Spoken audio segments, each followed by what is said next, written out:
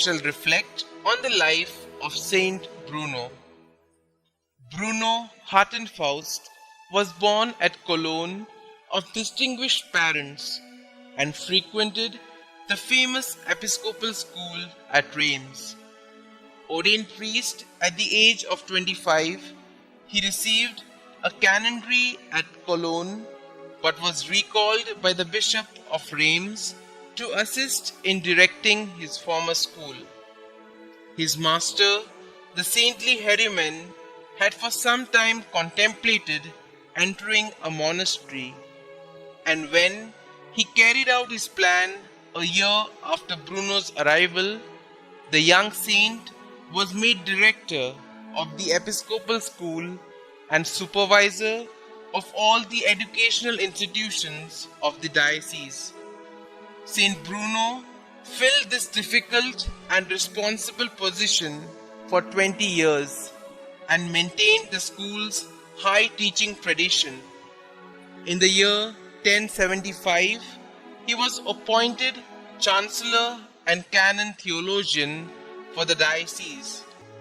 But after the death of his friend, Bishop Gervais, the see was occupied by the worldly and violent Manasses I, who was later suspended and had to flee for his life in a popular uprising.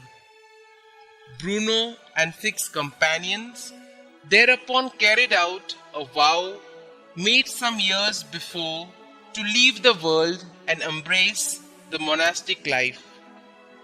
From Saint Hugh, the Bishop of Grenoble, they received the wild alpine solitude called Cartouze, and here they erected their first cells in 1084 and began a life of prayer, manual labor, and study.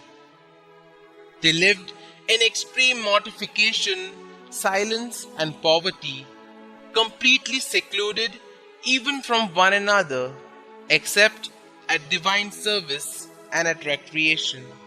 That was the beginning of the eremitical order of Carthusians, which always had a special devotion to the Blessed Virgin. Bruno, however, was to spend only 6 years at the Cartouze, for Pope Urban II, one of his former pupils at Reims, called him to Rome as his advisor and confessor.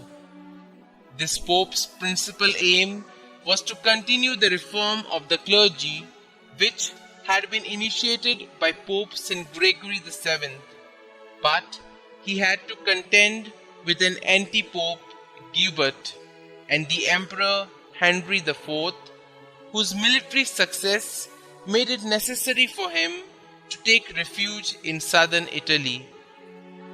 Bruno tried repeatedly to prevail upon the Pope to let him return to his much-cherished solitary life, but Urban wished him to remain within call, and so had a new monastery founded in Calabria, where Bruno died on the 6th of October 1101.